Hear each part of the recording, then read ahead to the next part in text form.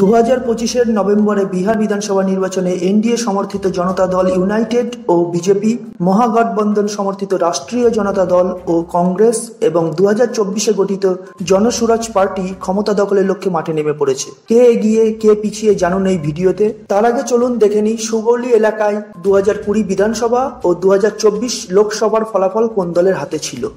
সুগৌলি কেন্দ্রে 2020 সালের বিধানসভা নির্বাচনে আরজেডি প্রার্থী শশীভূষণ সিং পেয়েছিলেন 38.26% ভোট। ভিআইপি প্রার্থী রামচন্দ্র সাহানি পেয়েছিলেন 36.24% ভোট। আর এলজেপি প্রার্থী বিজয় প্রসাদ গুপ্ত পেয়েছিলেন 8.32% ভোট। দেখা যাচ্ছে 2020 সালের নির্বাচনে সুগৌলি বিধানসভা কেন্দ্র থেকে সামান্য ব্যবধানে জয়ী হন আরজেডি প্রার্থী শশীভূষণ সিং।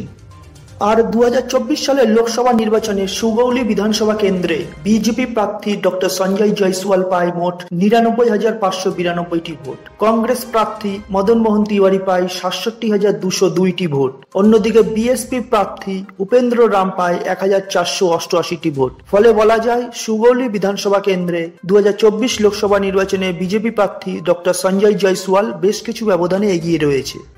এবার দেখে নেওয়া যাক সুগৌলি বিধানসভা কেন্দ্রের 2025 সালের সম্ভাব্য ভোটের ফলাফল নিয়ে সমীক্ষক সংস্থার রিপোর্ট অনুযায়ী এনডিএ সমর্থিত দল পেতে পারে 20.87% ভোট। মহাগঠবন্ধন সমর্থিত দল পেতে পারে 51.75% ভোট। জেএসইউপি পেতে পারে 6.11% ভোট। আর নোটা পেতে পারে 2.23% ভোট। সেক্ষেত্রে এনডিএ ও মহাগঠবন্ধন সমর্থিত দলের ভোট কিছুটা কমতে পারে। যদিও সমীক্ষা অনুযায়ী 2025 সালে সুগৌলি বিধানসভা কেন্দ্রে বেশ কিছু ব্যবধানে সম্ভাব্য জয়ী দল হতে পারে মহাগঠবন্ধন সমর্থিত দল।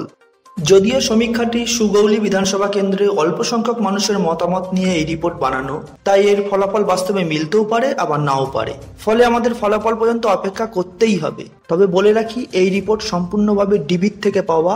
বাংলায় রিপোর্ট ইউটিউব চ্যানেল নিজস্ব কোনো মতামত এতে প্রকাশ করেনি।